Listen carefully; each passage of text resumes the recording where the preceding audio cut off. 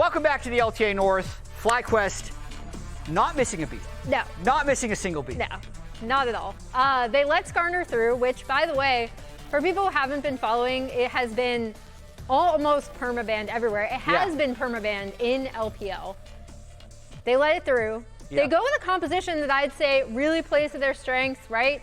Urgot, the Ivern we've already seen, Quad is a Cassio specialist, Massu's Ashe, and then Rel, which is a huge power support pick. We saw Busio initiating a ton of fights in this game. Yeah, and the big fight that we're going to dive into a little bit more on our new tool after we see it is FlyQuest's just 21-minute top lane fight. Yep. As they're defending the top lane, they completely wipe the floor. So let's roll this clip right now and see what happens. Basically, it looks to be like it could be a pick on Bwipo at the start, but then FlyQuest fly in to completely turn it around. Yeah, and the people you want to be watching in here are Quad and Massu, because this isn't the first time we've seen a carry flank. Quad actually had an amazing flank on a team fight also in top lane around 7 minutes, but we see Massu able to kill Fudge on the back end of this fight and then turn while Quad is just doing damage on the side. I mean, Massu's Ashe, we've pointed out how accurate he's been with his arrows, but just his positioning and the way he flanks around these team fights is so impressive. Yeah, so that fight was basically just after, you can see on the screen, just after 20 minutes when all these kills happened. I need to back up again because my shirt caught it. But just showing this right here, Quad did about 4,000 damage in that fight. Massu did 3,000 damage, and even just by dying, Bwipo did 2.4k damage just in that fight. I'm actually super curious just because the shielding in the fight. The shielding and healing. And that's just from that moment of the fight. Just that fight from the Ivern, I think is so funny because when you look at these Ivern comps, that's actually huge. There was another moment where his redemption, I believe, ended up saving Massu in a completely different fight. For the whole game, 20,000 healing. The total damage throughout the game, as you can see, is about 20k from both of the carries.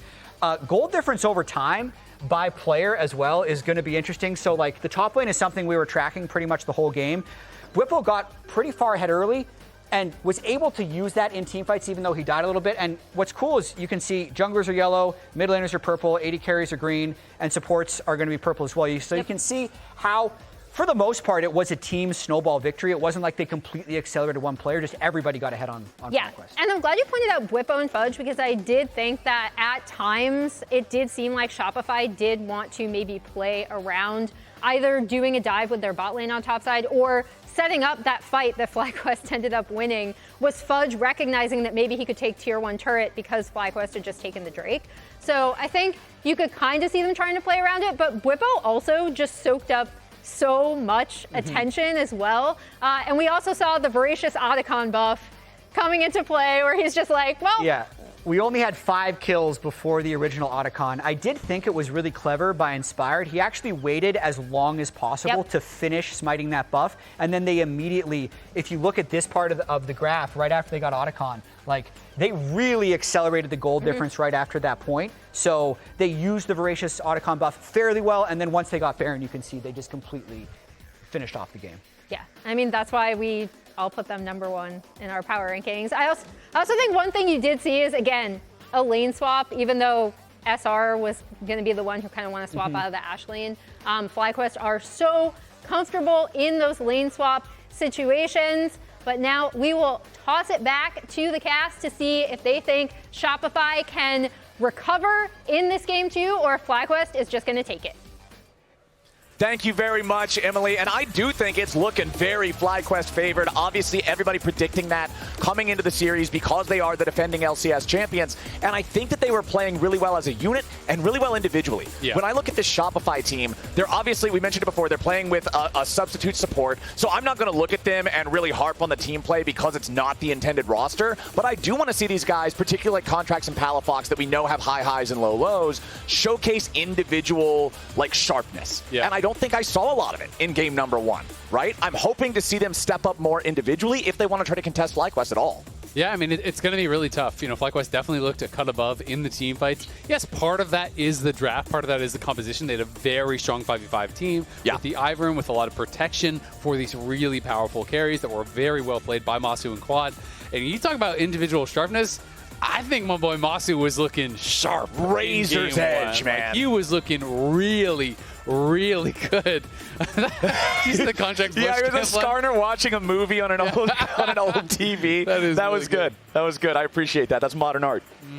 Beautiful. But yeah, we're going to be going into game number 2. Of course, if you have not watched any Fearless, what this means, you see the Fearless bands there in the middle. Those are all the picks from last game. They do not have to be banned. They cannot be picked. So we're going to be seeing all new champions in the second game.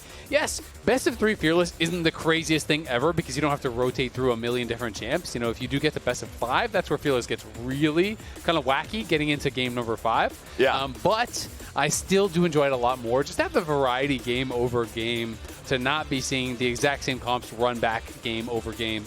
To me, just is a bit more interesting. It also kind of solves that problem that you have, particularly when one specific lane is oversaturated with one very specific matchup. You know, Renekton K'Sante comes to mind. Corki Azir comes to mind, right? The thing that you just handshake at every single game, and it's like, okay, I guess we expected that. Bot lane has been that so many times over the years, too. Yeah, exactly. There's always some of those that show up, and Fearless at least makes it, okay, even if we have to see it every series, it's only once every series, and then we still get to see something else. So he was banned out in the first game.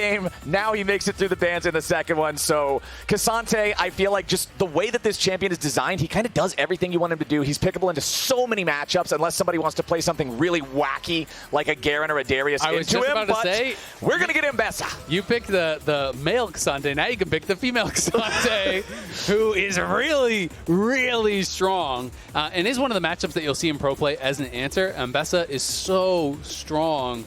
So many dashes, just like K'Sante, so much mobility, and such a high skill cap on this champion because you can be non-stop dashing around.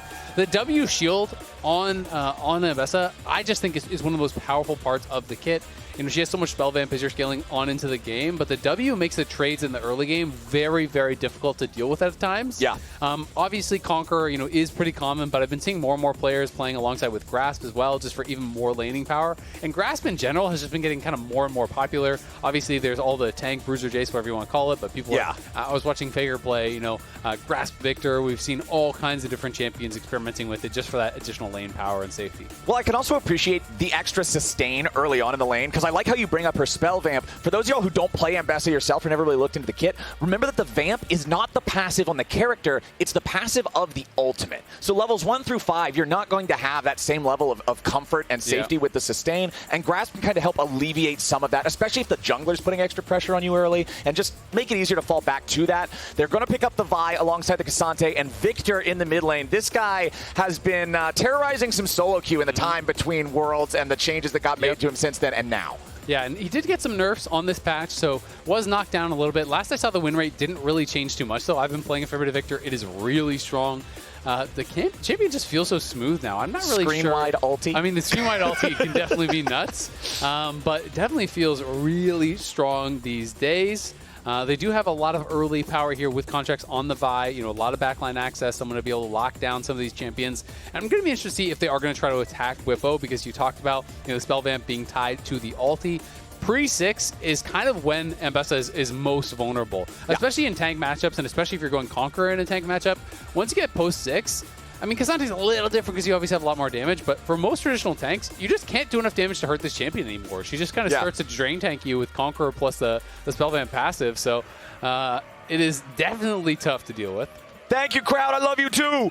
Now let's see what we can see in the second half of the draft with the bans, because neither one of our teams has their marksman drafted yet, and it looks like Shopify is going to put a little pressure on that pool, get rid of the Ezreal, take away that safe option there from Massu. Rakan banned out once again by FLYQuest. Remember that in game number 1, we did see some of those engaged champion, or tank champion, I should say, bans in the second half. The Rakan banned away alongside that Braum. Yeah, and remember, there are obviously a couple of ADs that were banned out, you know, gone from the first game, because we can't play Varus, we can't play Ashe, now you can't play Corki, you can't play Ezreal, you can't play Kai'Sa, you can't play Kalista, and there is even one more ban to give, so you could even have another bot lane ban and really start to pinch that pool.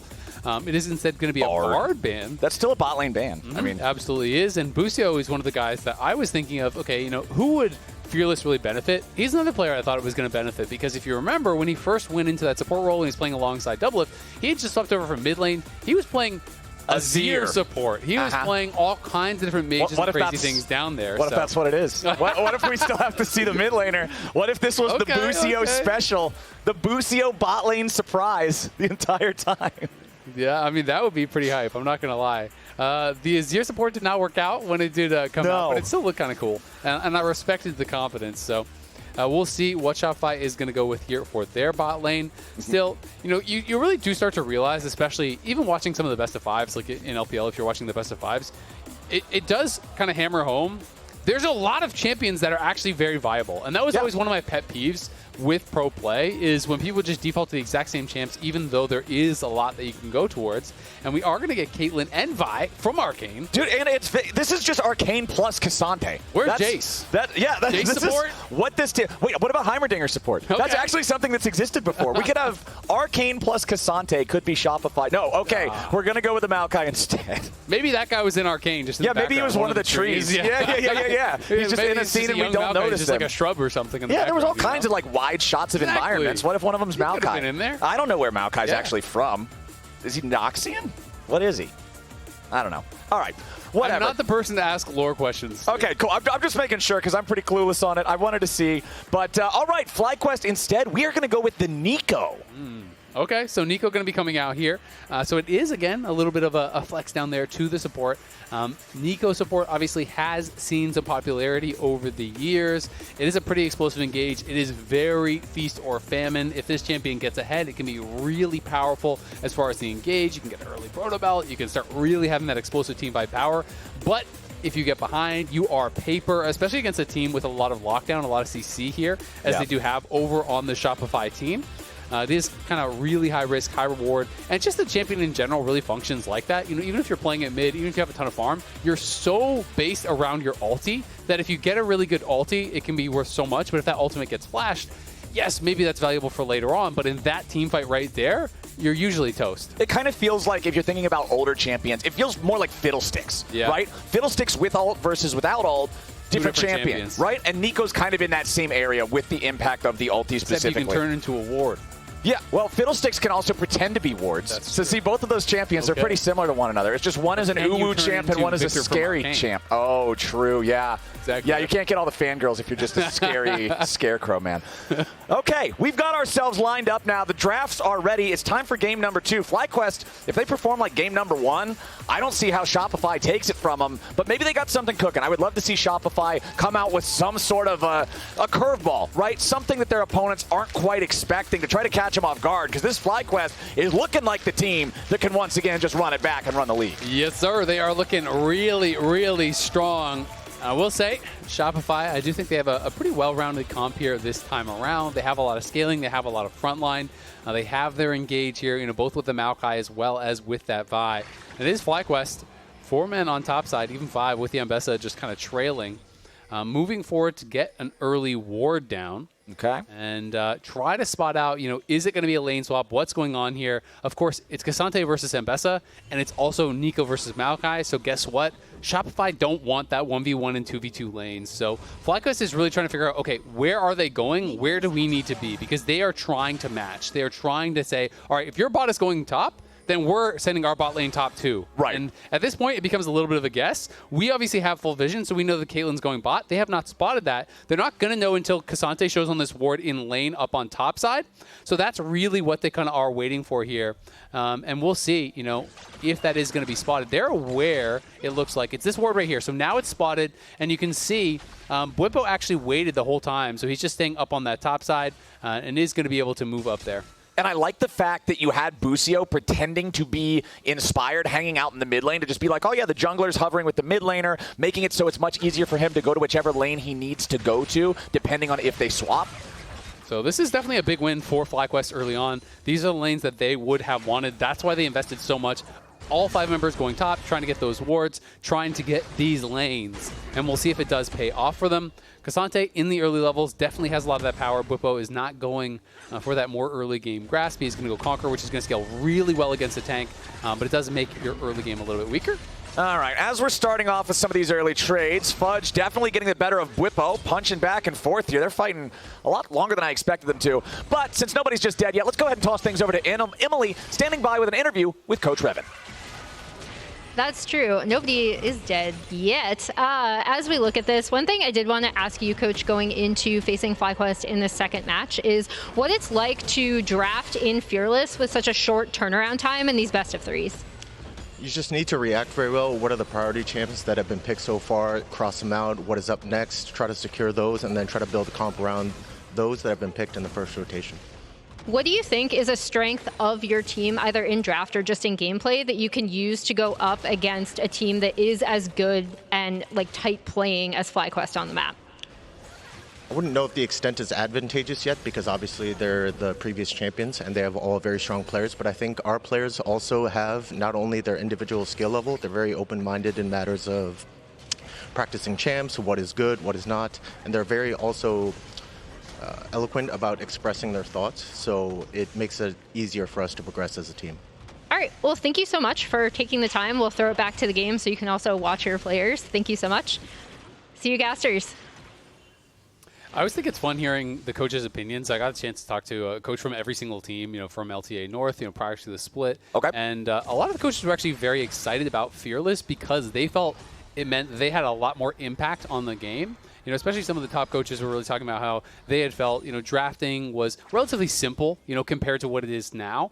Because it's not just about, okay, what's the next, pick in your bag of tricks. Sure, Cassio might be a good individual champion. It might even be good in your lane, but does it fit into your composition, right? You have to really keep in mind the entire team comp and not just torpedo your team comp because you're getting caught up in saying, oh, he knows how to play Azir. Oh, he knows how to play Kled. We can just slam that in here. Right. Kled, I think a couple of Team Liquid fans in the audience might have just had a really nasty flashback from Worlds about that one. But hold on.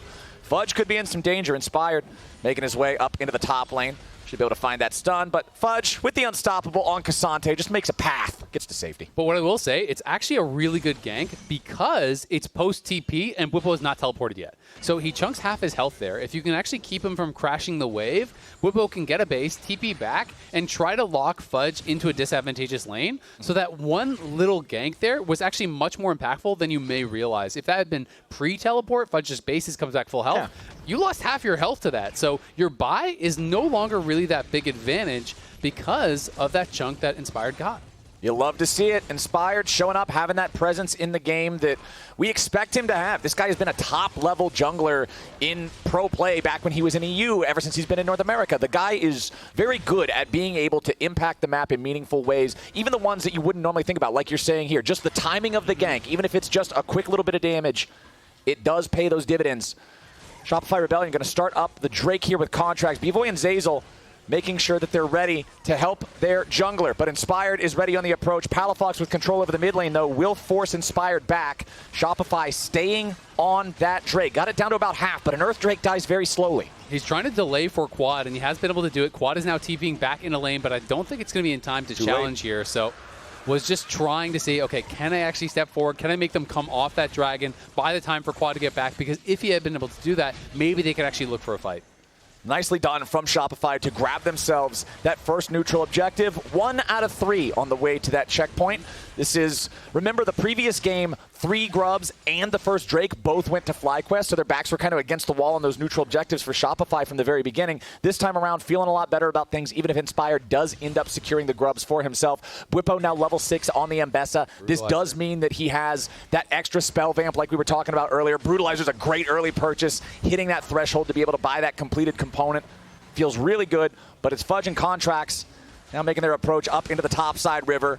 Looking at these Grubs, Inspired wants to be able to secure at least the one, and he does get it. Contractz and Fudge jumping in, forcing the flash over the wall from Inspired. Fudge does have the ability to go all out. Inspired slows him down, keeps him away. Quad coming up, Bwipo's also here. Fudge could be in some danger, but the all out also provides an escape mechanism. Bwipo trying to jump in on top of him, find some quick damage here at the very beginning. Inspired locks him up, but he goes unstoppable yet again here with the Pathmaker. Bwipo jumping in, but now he might be in a little bit of danger too. Nice shuffle comes out as Quad lays down the damage, and it's first blood over to FlyQuest. Palafox and Contractz on the run. FlyQuest in the 3v3 come out on top. They just managed that so well. Inspired gets over the side, and Fudge just can't quite get in range to go all out. Busio looking to try to chase down Zeyzal. Won't have the damage to finish him, but you're pushing on all sides. You win out of the fight on top side. You're going to be able to get an additional Grub there, and they're taking plates and potentially threatening to dive. Bvoy down to 200 HP, just barely lives. just barely hanging on there as FlyQuest are putting the pressure on. They win in the 3v3. They nearly get another kill down here bottom lane in the 2v2, and things are going their way nice and early. Up 1,500 gold, 7 minutes into the game. Yeah, that's huge. At the very least, Fudge has rotated down towards bot, so they're not going to lose this whole wave, but it is going to be Bvoy down about 2 full waves, and they lost that plate. And that's not really the position that Caitlyn wants to be playing from. You want to be the one pushing, you want to be the one threatening towers. And we can watch again up on the top side, just really nice damage and spacing here. You can see Quad always staying back, not allowing them to engage on him. Inspired as well, staying back until the spells are spent because he is very low. Then last moment, uses that Q, gets the mini stun onto Fudge, helps to finish him off. Bwipo again, utilizing the ultimate, utilizing the W to really be able to create space there. And Fudge calling out, my bad. Win over the wall. I think he thought he could get in range for the all-out, but he just barely didn't have the range to actually catch up and get that ultimate onto Inspired, so it ended up turning pretty bad for them. I mean, I say this all the time. League of Legends is a game of small moments and just very small differences making the ultimate gap between the teams that much wider, right? Like just that small little bit of, oh, I thought I had it, but I was a little bit off, can come back to bite you. It's so true, right? Because someone plays an early fight that little bit better. Now all of a sudden they have an additional item that maybe wins that next fight that you might have been able to win. You play that next fight really well. Too bad. They have 1,000 more gold. They actually win anyway. And that can really start to snowball, especially when you're going up against a team like FlyQuest who just heavily out-team fought you. That can be demoralizing to have that early game go bad when you already know the late game was rough last time around. And now Fudge versus Bwipo. Looks like we're going to get an all-in attempt coming out from Fudge. Bwipo wants to stand his ground here, needs a little bit more time for his cooldowns, does kite it out pretty well, and Inspired's ready to join up. Fudge now in some danger, and there's your Glacial Prison. There's the outplay. Bwipo just baits him in, dodges out long enough, and gets the reward. I'll tell you how many dashes there were in that fight, but I don't know if I can count that high. No, neither can I. It is just not between these two champions, there's a lot of years, How many dashes were there? Yes. I'd say we've got about a millennium between these two champs, and it's pretty tough. But, hey, since they're against each other, obviously they go blow for blow. 2 versus 1, the extra man makes the difference. Absolutely does, and that is tough for Fudge because Fudge, in the midst of all this, had been losing farm. He swapped down towards bot side. I think minions were dying when they were having that Herald scrap as well. So he's down 20 CS. He's trying to force a fight here, and let's be honest, I think he would have won it in the 1v1, but it just doesn't matter because Bwipo was able to play it really slowly, just continually kite it out as much as he possibly can, buy time here, dodge as much as he can. For Inspired to wait, and then Inspired just does not wait for anything to be able to be juked. He waits until he's point blank, right up on Fudge, hits the ultimate, no chance to be able to react to that, and Bwipo can just dash right back on in to finish it off, and now has that Voltaic already complete. Heartsteel's already complete for Inspired as well. Those are really strong. Voltaic Cyclosword is such a nasty item on Ambessa. This thing makes her already pretty oppressive trading pattern that much more obnoxious. It feels so difficult to actually be able to trade even with the champion once this item's online. Exactly. So if you don't know how this works, and I wouldn't blame you because almost no one builds it, the dashes and the stealth, so really just dashes for her, they stack the Energize 75% faster. So when you're dashing around, you're getting the procs from this so fast compared to just walking back and forth, right? And it does have a 99% slow plus the bonus damage that it does proc off of. So when you're dashing around, you're constantly getting slowed, you're constantly getting hit for that proc damage. It is very, very difficult to deal with. And this champion just scales really to infinity. It is tough to deal with. But Contractz moving down to his bot side. They're going to look for a fight. Yeah, Fudge this time the one who's got the extra power. Whoa, that was a bit of a yo-yo, but it looks like Bwipo's not going to have a good time anyway. Once again, the extra man is the X factor. Shopify Rebellion are on the board. FlyQuest in the meantime going after that second set of grubs. Looks like they should be able to secure all 3 here. Yeah, it looks like they're going to get it for sure. Inspired still has his smite available for this last one, so that is going to be secured. FlyQuest 1 kill away from that first feat of strength. And working on these objectives, they do get 5 grubs. Of course, they don't get credit for that first 2 grubs that they got. And Contractz is trying to take Dragon out on his bottom side. Busio looking to push him off. Okay, Maokai LT shot out. Infernal Drake secured by Shopify. So Shopify needs 1 more neutral objective for the feat. FlyQuest needs 1 more kill for the feat. And we still don't have any turrets down for either side. Yeah, no turrets down. Also worth pointing out that little interaction there that Busio was using. You can use your clone to block the Maokai ultimate and then all just kind of stack behind it. So it is very difficult for Maokai to find those long-range engages sometimes. And you want to be able to throw that down, force someone to eat it, and then hard engage often on that person and be able to kill them. But the Neeko clone just kind of rejects that completely. All clones kind of have that special power against something like a Maokai ultimate, an Ashe ultimate, whatever, right? Like you think of Wukong or LeBlanc, right? You think of a Shaco clone. Any of these things can be used to block those massive, slow-moving things that can really otherwise have some disastrous consequences. Speaking of disastrous consequences, Bwipo has been about 20 farm ahead the entire game now, ever since that first move from Inspired that we talked about that kind of shut down Fudge's chances to have the presence that he wanted in the lane. And Bwipo's just happy to keep on farming on this Ambessa. We know how scary this champion can be if she gets into a team fight, finds access to the back line, and is ahead of the curve of the game. Yeah, it can be really, really tough. And obviously Sejuani plus melee, that is a classic pairing. You used to see so much of the Sejuani plus Renekton. This is kind of one of those new era pairings. Doesn't actually check the pixel brush, so is going to be spotted by the pink, and Fudge is going to try to stay under tower. You can see Shopify's moving down. Okay, Busio ready to start this one off with a Pop Blossom, and there's no way out. Feat of Warfare claimed for FlyQuest, but Shopify are looking for a counterattack. Contractz goes in, looks to lock up Bwipo. No way out here for the FlyQuest top laner, so a 1-for-1 trade that still favors FlyQuest because of the feat secured. Well, and because of the minimap, look at these lanes, mid and top. All 5 members went down, so you're losing plates in mid, you're losing farm in mid, you're losing plates and farm in top as well. So yeah, you got to kill back. Yeah, when you're carry, you're going to be happy about that, but everything else is getting really rough. And even Massu being so annoying here, just delaying Bvoy getting back towards lane and delaying him from being able to grab those last couple CS as they dive to the tower. I mean, man, it's almost a 3,500 gold lead just 14 minutes into the game. 3 kills to 2, and you have that big of a gold lead. This is huge in terms of the lead for FlyQuest right now. All they got to do is knock down a turret. This middle one is about ready to crumble, right? If you leave that undefended for 5 seconds without plates on it, and FlyQuest have 1 player, maybe 2 there, it's done. Top is even lower. Yep, and bot is not much better. You know, all those towers are incredibly low, so as you say, it's tough, right? When you're losing, when you're getting pushed in, well, you kind of generally have the answer of, all right, well, we're just going to overload one side. We're going to put an additional member there. We're going to throw, 3 members there. We're going to get a quick kill, and then we're going to be able to try to make something happen. But FlyQuest are pushing all lanes, so they're always going to win out on the map. This is going to be going down, as you said. They already got the feat of Warfare, so they are going to be able to get the feats of Strength claimed back-to-back games. For what it's worth, in Pro, it has about a 74-75% win rate globally. It does change a little bit whether you're red side, blue side, but it is very strong. Obviously, a good indication that you're winning the game when you're kind of getting the objectives, getting the kills, getting everything. Fudge getting the better of Bwipo in this 1v1 so far. Bwipo did dodge away from the 3rd hit with the knockback of the Intofo strikes, so feeling pretty good about that one. 3-2 still that 3,500 gold lead. Palafox getting some alone time with the top lane turret. We'll see how much damage he can do to that one because FlyQuest are overloading bottom in return. Busio moving forward here, wants to hit Fudge with the Tangle Barbs, not quite having the range on that one, but Quad, Inspired, and Bwipo are all also here. So is the Wave with a cannon minion, and FlyQuest with 5 grubs, Isaac, are just going to melt this cannon. Yeah, this thing is going down very, very fast. They do trade back top lane tower, and so there's going to be some gold there for Palafox, who was also the beneficiary of the kill down on bot side, but Massu now moving in towards mid. Are they going to look to go for him? Inspired's going first. Nice shot there on the Bvoy, forces out the cleanse, and now Contractz has to try to get away. He wanted to flash, but he still gets caught by the Pop Blossom. Counterattack comes in as Zeyzal's ready to try to help his team, and Busio's going to be the only one killed in the scrap.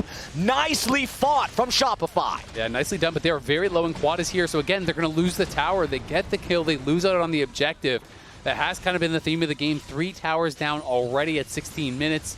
You can see Bwipo on the Ambessa up, already pushing that top lane. And that top lane tier 1 also is low. So it's going to be tough here for Shopify. They're going to have to kind of find a moment to draw a line in the sand, look for a fight so you can go no further, because it does feel like FlyQuest are just playing the map so well. They're winning out in the individual lanes. They're winning out in the 1v1s.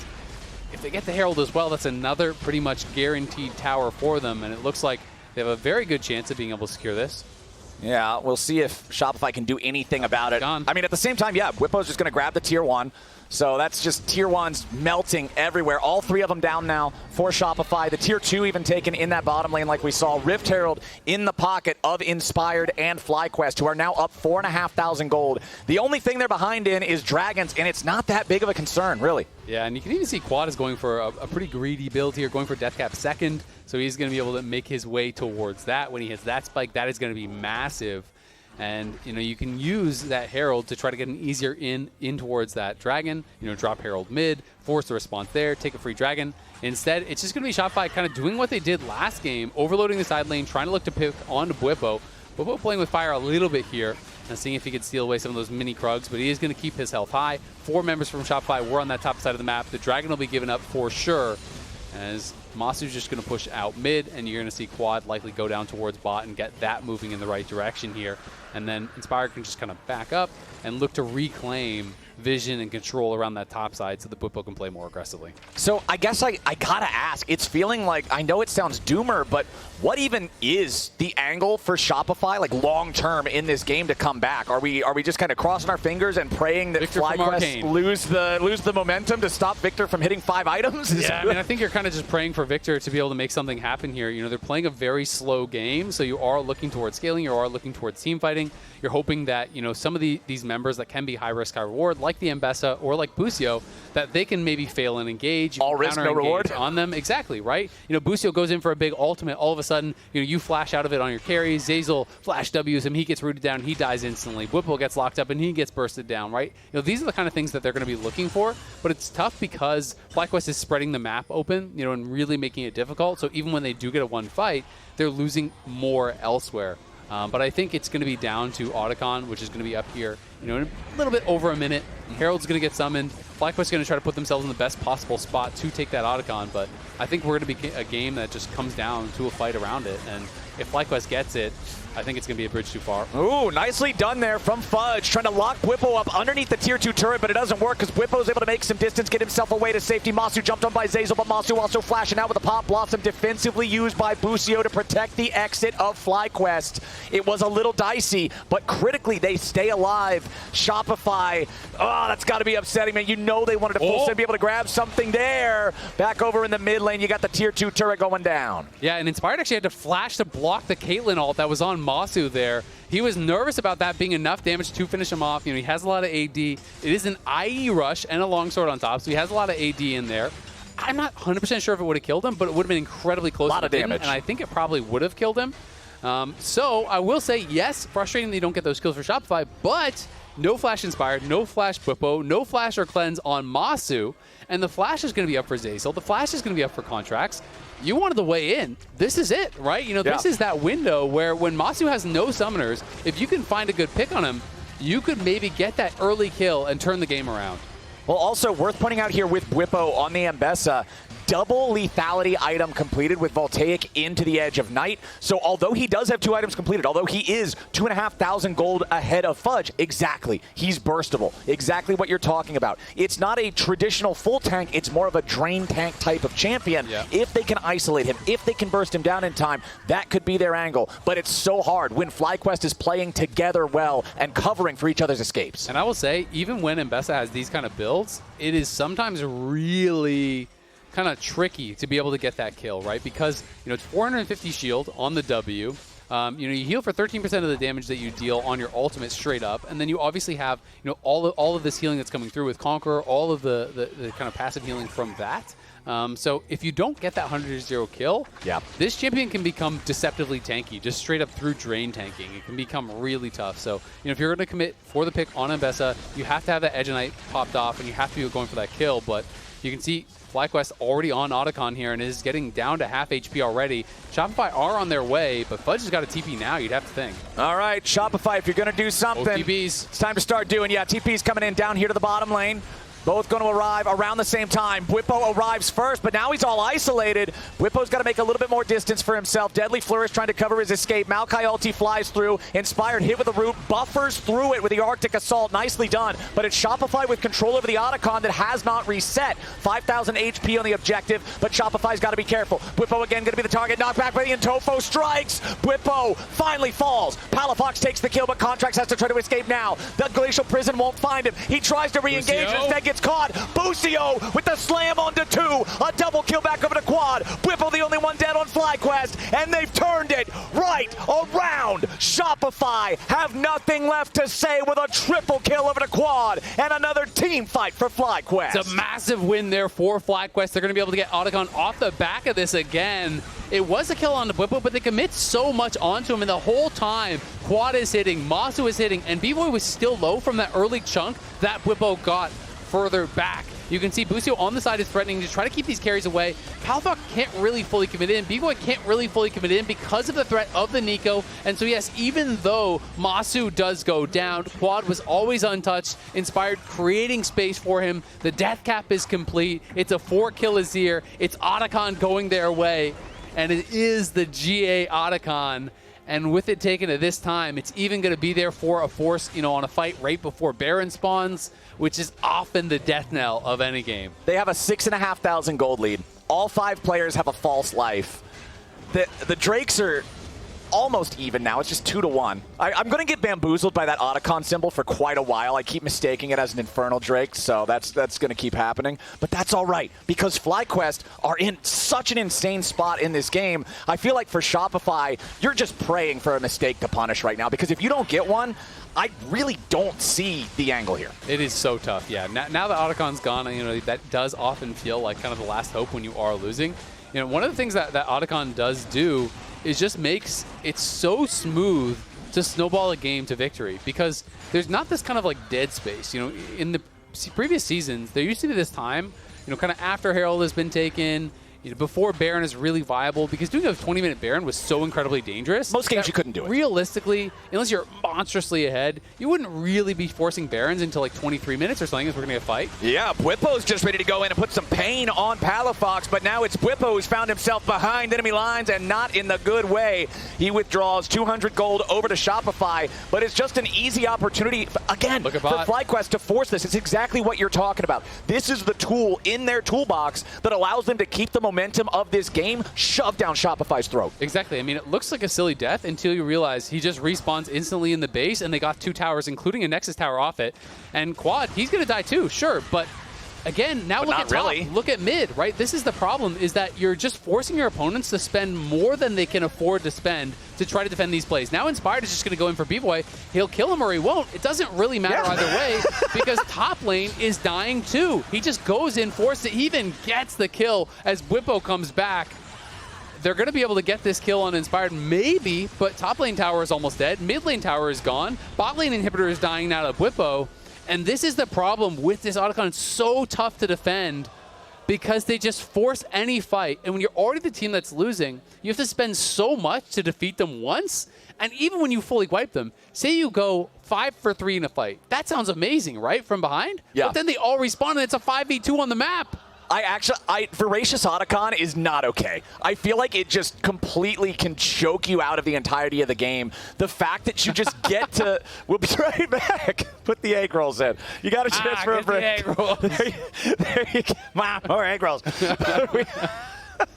can go for the egg rolls. I'm not really sure what the pause is for.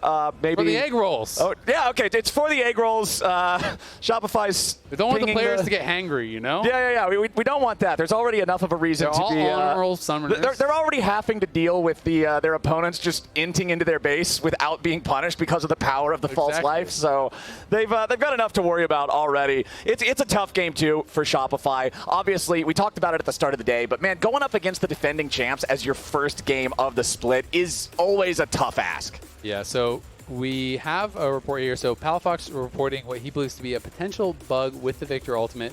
QC is going to investigate. We'll keep you guys updated as far as any information I get. I will let you know. Cool. But yeah, I mean, Kobe and I did the show match. You were there too. Obviously, we saw the draw show that was there right after it. We were talking to the players. Guess who every single player wanted to dodge? FlyQuest, yeah. No one wanted to dodge them. Them, as well as TL, were the teams that people were obviously most scared of. Yeah. But even TL, some of the players I was talking to, and some of the coaches I was talking to, it's like, well, FlyQuest is at the top, but we could take down TL. Like, TL isn't so invincible anymore. People were feeling like, hey, maybe there's some cracks in the armor there. Maybe we can make something happen. FlyQuest, no one wanted. Like, no one would tell me that FlyQuest was beatable. No one would tell me that they wanted to play FlyQuest. So that was something that was kind of the reality for the bottom 4 teams in that pool that could have drawn them, right? So, of course, Shopify drew that, and they have to deal with it, and we'll see if they can make any sort of a miracle happen, but it does obviously look like FlyQuest is very close, maybe a couple minutes away from closing this out 2-0. Yeah, I mean, somebody's got to draw the short straw, right? Yep. FlyQuest has got to play somebody. Somebody's got to play FlyQuest. And it's really interesting because all of last year, if you remember the conversations that we had, the perception that we had, that the community had, that pretty much everybody had, Team Liquid was running the league. FlyQuest, sure, they were chasing them from a second place. But even when FlyQuest won the summer split, because of the crazy way it ended with the minions killing the Nexus when it looked like it was going to Game 5, a lot of people were like, okay, yeah, but we still think Team Liquid's the better team, even though FlyQuest won. It seemed kind of wacky, and they still thought that Team Liquid would win if you played it a bunch more times. I don't think it was really until Worlds, until FlyQuest stepped up and showed us what they had, particularly that series against Gen G. And I bring it up just because it was so impactful, because it was so close to being just a historic moment throughout 15 years of League of Legends. Yep. And it really just kind of shook everybody's perception of this team and made them realize, oh man, this is the real deal. Okay, so the bug did occur, but it is one of the bugs on the QC bug list that players are, made aware of, that, hey, these are some of the things that are bugs that are currently in the game. So basically, if you're picking a champion that has one of these bugs, then you kind of have to deal with it. So it will be a play-through situation. I don't know exactly what the bug was, but we are going to be playing through. And back to your point, I fully agree. I mean, it was a situation where I think FlyQuest was maybe overlooked. Was looked as that kind of second fiddle, but definitely no longer. They come into 2025 looking like the big dogs, and we'll see if they can finish this first series off. That is going to be another GA spent, as when those are about to expire, you kind of just run in and just get a little bit of damage down. Yeah. Yes, you are giving over more gold, though, so at a certain point, especially if it gets nerfed again, there will have to be more kind of thought about this, because he did just give over 200 gold to get like one auto on a tower.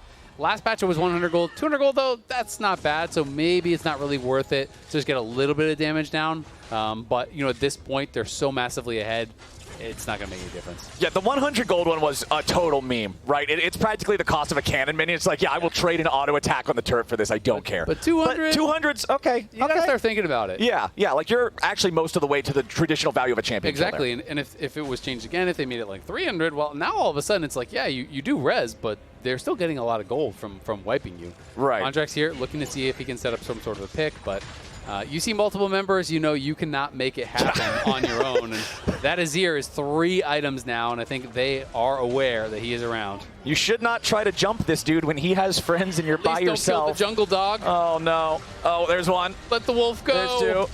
There's 3. There's 4. Oh, now the cannon's just going to hit him. 1 more hit. Oh, they're just going to give it to Inspired. There it is. Inspired will pick up that one. Contractz had no way out. Oh, now Palafox is going to be in some serious trouble here, too, potentially. Luckily, has help nearby to guarantee his safety. FlyQuest ready to reinforce their own lines. 9-5, favoring Fly right now on the Rift. Baron is alive. Objective bounties are up and active for Shopify, and they damn well should be because it's a 9,000 gold deficit. Inspired and Massu starting up the Baron with just the 2 of them. Bwipo and Quad both ready to join. Busio hanging out on the flank here. He knows that as Neeko, he doesn't really do anything to the Baron. It's all about having the flank in case Shopify tries to approach. Busio also on top of a control ward. He knows he is unseen. Wrapping around for the full-on engage here. That clone's going to be caught there by the 90 caliber net of Bvoy. Easily done for FlyQuest, just managing these situations, being able to take the Baron, being able to put themselves in a beautiful spot. Yeah, absolutely. I mean, normally maybe we want to try to challenge, but Contractz was dead, and not only that, you had used Maokai ult, you'd used Viktor ult, so I think without those, there's not really any shot of being able to contest, so I think you just kind of have to button up, go back to the base, hope you can find some sort of a way to defend, to delay. Zeyzal, though, getting caught out, he is in trouble. He's going to be flashing away, but he is flashing to the wrong side of the map, and Massu now. Yeah, Contractz. Oh, no, dude, he's got to be gone. Quad unstoppable here. Just working together once again with his team, setting him up to knock him down. Now the mid lane inhibitor. That thing is trashed as the top lane tier 3 turret will fall right after. The inhibitor's going to go the same way. 30 seconds still on Contractz. It's 5v4 in the enemy base for FlyQuest, and they're looking to end this one only slightly slower than they ended the first game. Zeyzal shoots off that Maokai ulti, but now he's got to be careful. He's dealing with Bwipo. It's a 3v1. 1 favoring Shopify, but a nice counter attack from Busio locks up all 3. Quad goes in for the shuffle, finds 2. But FlyQuest have overcommitted a little bit here. They've already lost Quad and Bwipo, both solo laners down, as Massu is trying to fight and kite Palafox. Fudge and Bvoy defending the Nexus for the time being. Massu! It's him! It's always been him! He outplays him again and he makes it happen. Finally gets shut down by Fudge. Shopify holds on. They will have another chance, but FlyQuest has them bleeding. The 6th man, the Nexus Tower, really keeping Shopify's hopes alive as they just dove right past it. Bwipo went in so early on the Ambessa, gets burst down. Quad is super fed, but there's no zonies. You are not tanky. And he ends up getting taken down. The tower added so much damage in that play. So Shopify still alive, will not lose the game just yet. And it is going to be Dragon trying to get taken here by a Contractz, but he realized, all right, there's a TP coming in, I can't even do it. That blast cone also is just so unfortunate. It doesn't ultimately make a difference, but just knocking him into the pit while the leash still hasn't reset, it just feels like you served it on a silver platter. Thumbs up. Yeah, so, here you go, dude, sure. Easy take there for Inspired. Kind jungler, you know? Yeah, just a kind boy. Shoutouts to Rush, wherever he is right now. I hope he's doing well.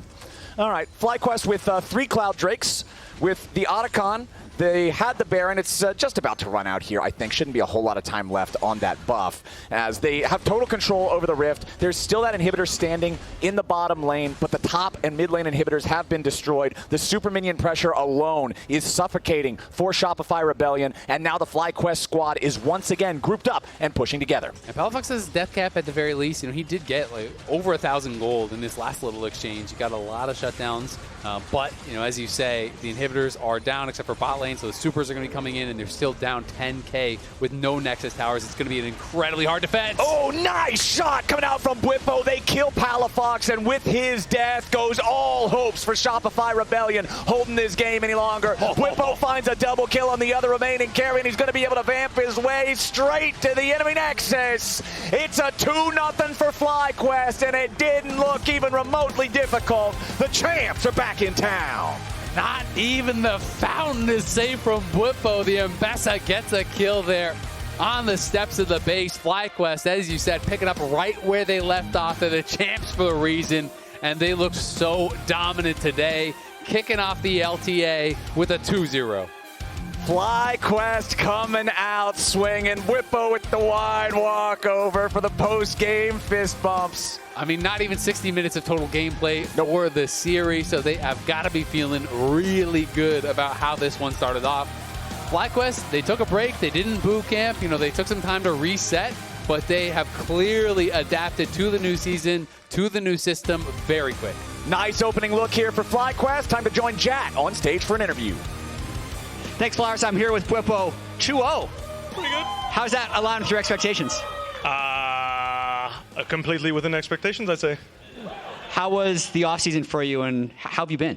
Honestly, really good. I feel like I turned 26, so December 24, I turned 26. I feel like the first 25 years of my life, pretty good road.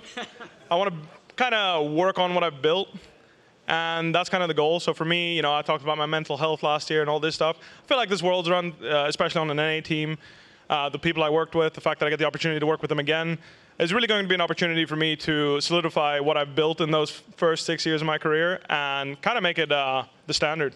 Yeah. And I think a lot of people might not know how unique it is to keep exactly the same roster, even pretty much the same coaches year over year. What kind of opportunity does that allow you into this new 2025? So for me personally, the biggest opportunity is keep building on the trust you've already built. For example, we came back into practice, and the very first thing I'm working with Quad is hey, I know that you might feel like you have to hover because I'm going to feed. Trust me, if I'm feeding, it's because I know it's okay to feed. So I need you to trust me, do your own thing, commit to your play. I'm always going to keep you in mind. I trust that you're making the best play at that moment. I want you to trust that I'm going to make what I think is the best play. And if it's not, you can yell at me later. It's fine.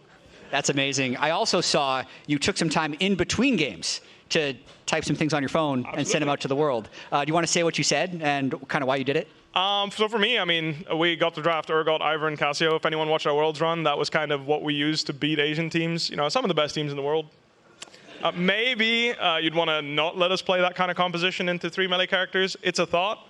Obviously, I don't know what's going on with them, but really the number one thing I want to bring kind of to the audience is more 7 out of 8 teams didn't want to scrim us. We are the team to beat. So we went to Worlds. We got quarters. We played a very intense best of 5 against one of the best teams in the world. We want to show the rest of the league and our fans kind of what makes us winners.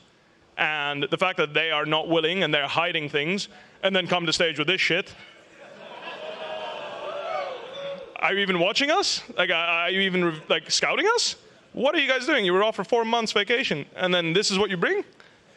To me, I want to level up the level of the region as a whole, and I think that revealing what we do will make everyone else better, and therefore we will level up the whole region and have better performances, not just looking at FlyQuest, but looking at TL, looking at C9. Every single team will play better, and I think that's important to keep longevity, especially now that we're merging with the South as well.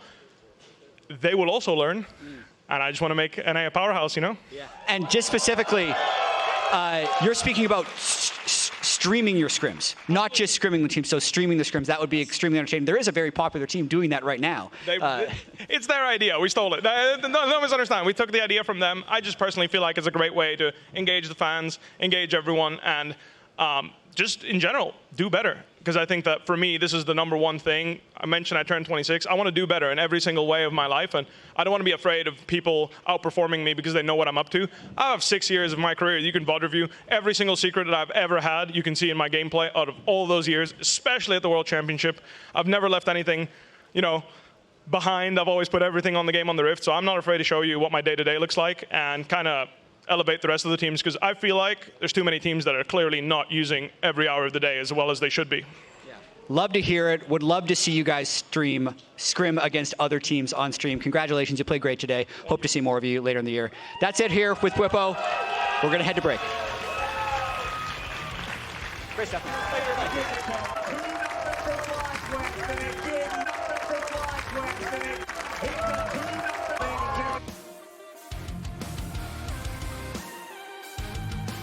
AT&T has a new guarantee because most things in life are not guaranteed.